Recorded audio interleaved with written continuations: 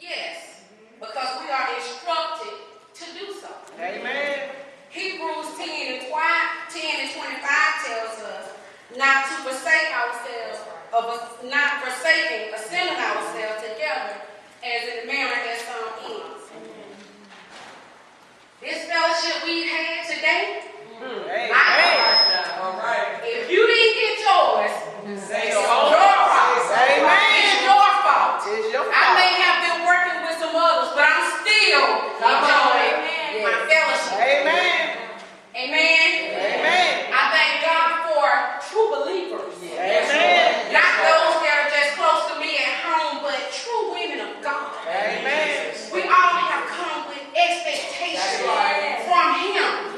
A word from Pastor Carol, a word from Prophetess Teresa, me and the others to come. But just thanking God for this fellowship. Nothing was, we're not looking for, we're looking for some breakthroughs. Amen. We're looking for the change. The Lord shared the sound. I've been hearing the change. Especially with the sister when she began to sing, because he was telling me, I'm a release. Yes. You walking the Lord's praise, I'm a release. Amen. Release. That's what he's been doing. He's been releasing. Amen. Our prices are going up. The blessings are truly coming down. Amen. Releasing him, more of him in us. He's releasing. And as Matthew 18, as Pastor Carol said, 18, I'm going to read 19 and 20. Again, truly, I tell you that if two of you on earth agree about anything that you ask for, it will be done for them by my Father in heaven. For where 2 or 3 gather in my name, there I am with them. Amen. It's more than 2 or 3 of us in here. Amen. And he is doing just what his word says. Amen. What we have asked, it is coming forth. My God. Because we can't believe it. That's Knowing right. that he is. Amen. Even with the fellowship of just knowing that, just being in his house, knowing that we're here was one state. Because somebody was blocked. Amen. I don't know who it was, Amen. but somebody almost got blocked. Amen. And if I can use the minister Betty Williams said, that shoulda, coulda, and woulda. I'm glad whenever somebody said you should have done, Amen. you came on because you listened to the Spirit. Amen. Where we could have been somewhere else, we're in his house today. And because we are being obedient, what we would have done, he's doing now. So I thank God for just being here. Each and every one of us, because of fellowship with Prophetess Teresa, I began the fellowship with Apostle Ministries. So even in that, she's the center of the Apostle Ministry. You're the center of the fellowship with somebody else that connected with somebody else. Fellowship, whether they was going through good or bad, or just celebrating him, or just rejoicing and celebrating each other. But fellowship, it is so important that we fellowship with not just Christians, because a lot of people say they're Christians, and in the same breath you hear them say something else. But you got to be a believer of this right here. This right here. Not just talking it, but walking it. So people, if they see that light in you, as the word says, if we walk in the light as he is in the light, we have fellowship. We have fellowship with one another. If I see some light in you and I'm listening to you, that might be going through a little something. I can count, because I'm good at this, I eat so. And I hear you talking about what he's done for you and this, that, and other. I want to get a little bit of that too. So again, just with that fellowship, and not just the sisters that we know, because there's an honor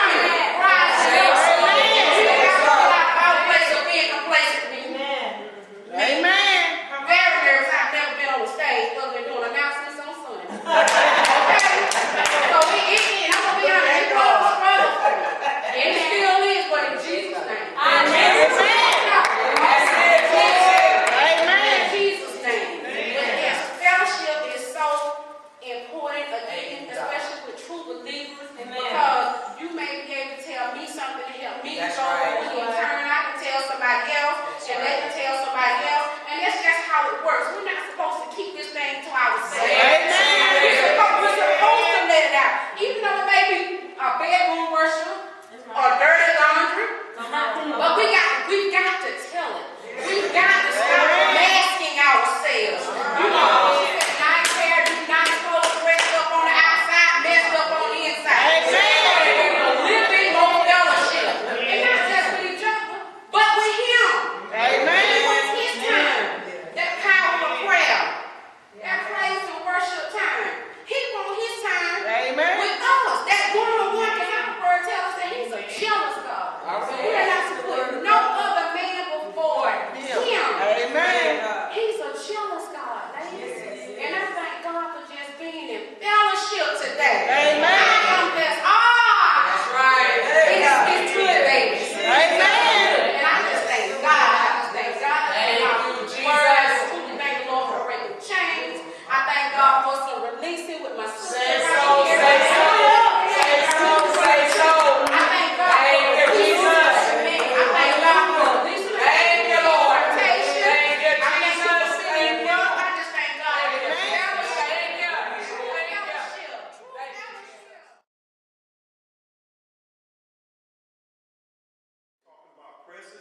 for that blessing. We're talking about having faith. We're talking about believing in God when there's no belief out here. When other people that say that's stupid, you're working in the foolishness of your faith. And you're pressing on towards the mark for the prize of the high calling.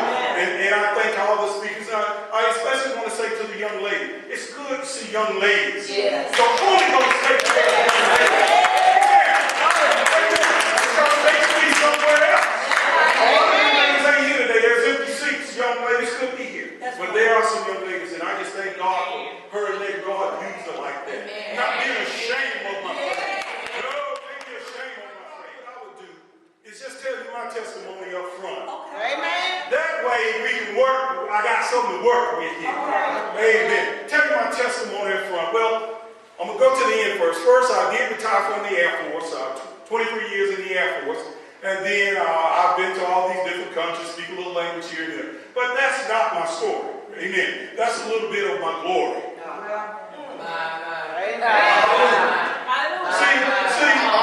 that's a little boy thing. And when I look at him, I think of myself. Because I grew up with my grandmother. What happened was, when I was about 4 years old, we lived in Camilla, in an area called Black Bottom. It was segregated then, so we lived out in Black Bottom. And I was about 4 years old. I was playing up under the house. You remember we had the houses up on the board. Go there, play a little doodle, come out the house on fire. Okay, I guess y'all been playing doodle. And I was over there playing doodle. And my father had separated from my mother. They were a young couple. And we were living with my grandfather. He was a sole worker, sole provider for the family. He worked at a foundry, a lumber yard. And he was old-fashioned, so he didn't really allow my grandmother to work, you know. And don't get on me. That's a good thing. I think me and I will step up sometime and say, you are my wife. You keep in the house while I go work. Now you tell him I said that. But a man will step up now and then, even if he has to go out and pick up cans. When the sun comes up, he ought to be outside working.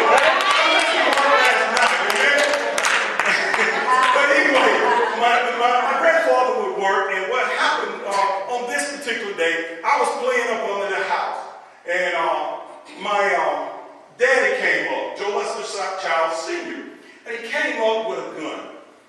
He came up with an old World War II rifle that he had stole out of his grandfather's chest.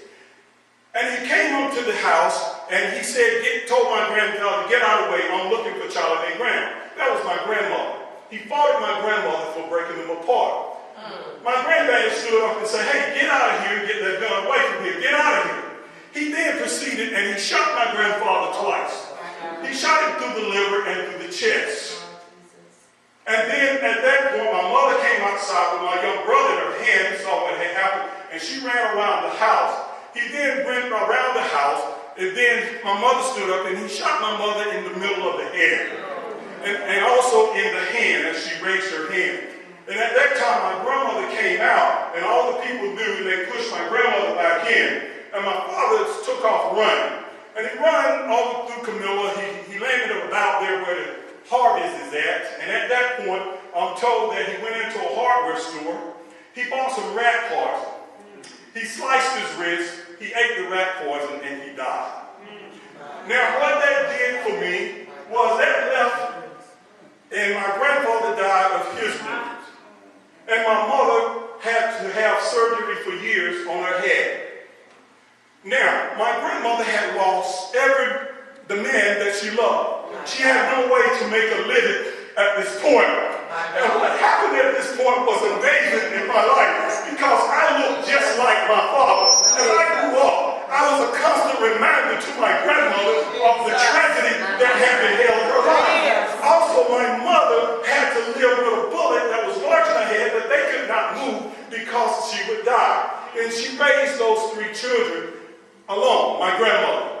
At that point, we moved to a street in Camilla called Palmer Street. Oh my God. And if you know anything about Camilla, Palmer Street was the worst street that you could live on. And during that time, we had to make it all of our own. My grandmother's Social Security check was never sufficient enough to get us, oh my God, it was never sufficient enough for me to get Nike shoes. It was never sufficient enough for me to live like the other children. So I had to live any way that I can.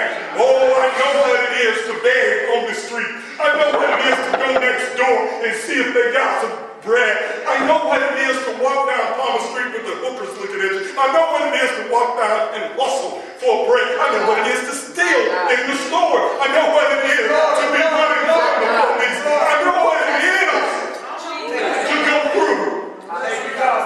Oh, but the thing I want to tell you that I come to talk about the power of the press. Oh, the power of the press, Lord. We talked about, man, I got to go through some things. It is the story of my life.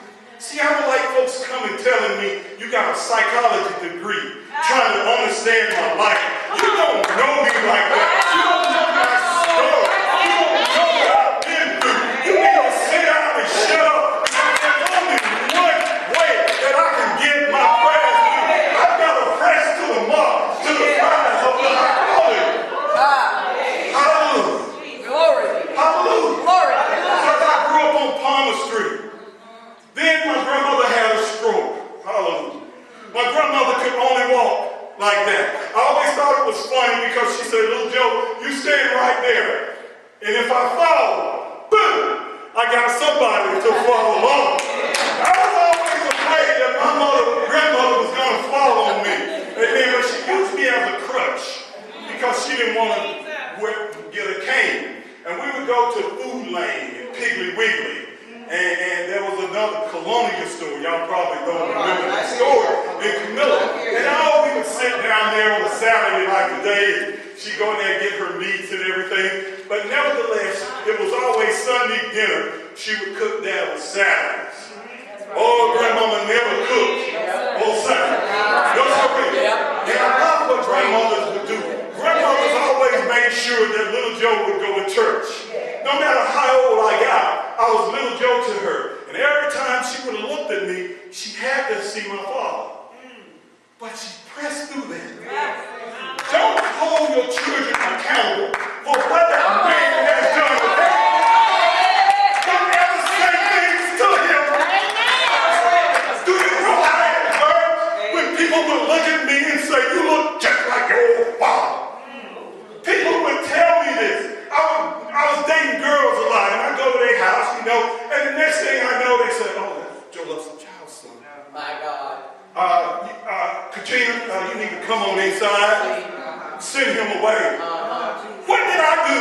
Come on. People would laugh in school and talk about my mother getting shot. And they would mix it up because there was a lot of Lily Roofs in town. And oftentimes another kid get picked at for what was supposed to be my way. And I had to press. That's right. That's right. Grandmama said, "You just get your lesson." I said, "My grandma, they're laughing at my shoes. They call my shoes buddies." Amen. You don't know what buddies are.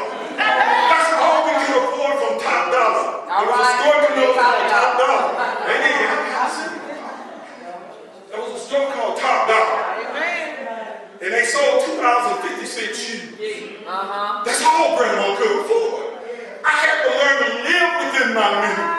Didn't get a PlayStation. Didn't get none of that stuff. But when Sunday came, Joe, it is time to go into the house of the Lord. And we would go out to a church called Bethel. Bethel Baptist Church. It was out that way. And then Beulah Baptist Church was in town. Later we started going to Beulah. And what would happen is I would go out there, and she always said, it is my faith. I rely on my faith.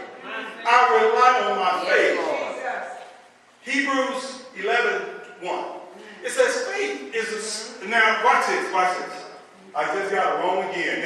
Apostle. One time I was in Denver, I was taking a class, a Bible class, and they told me, I stood up and said, what's faith? I stood up. Faith is the substance of things, hope for the evidence of things not seen.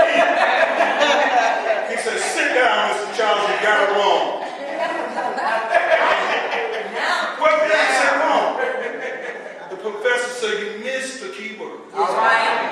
Faith is now. Faith ain't yesterday. Faith is now. Faith is now. You have to feel the realm of joy. Now faith is a substance.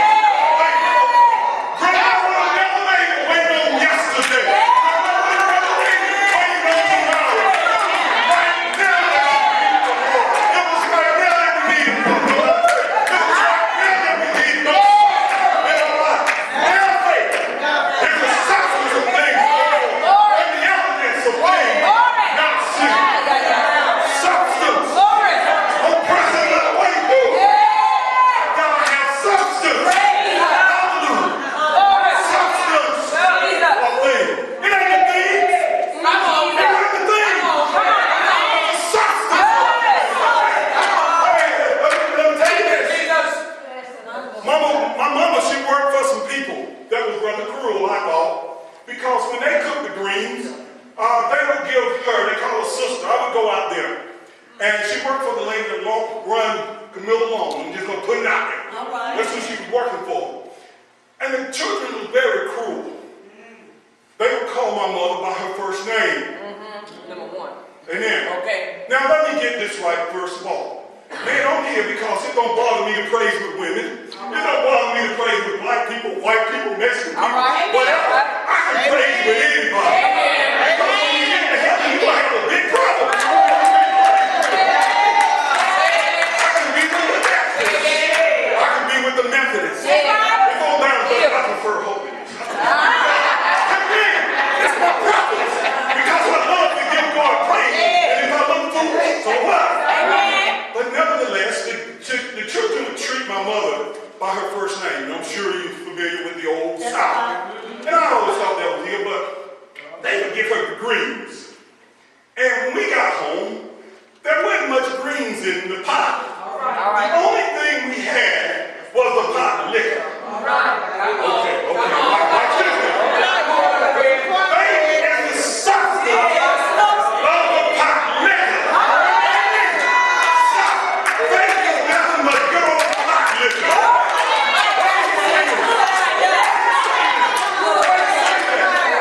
See, they children ate the greens.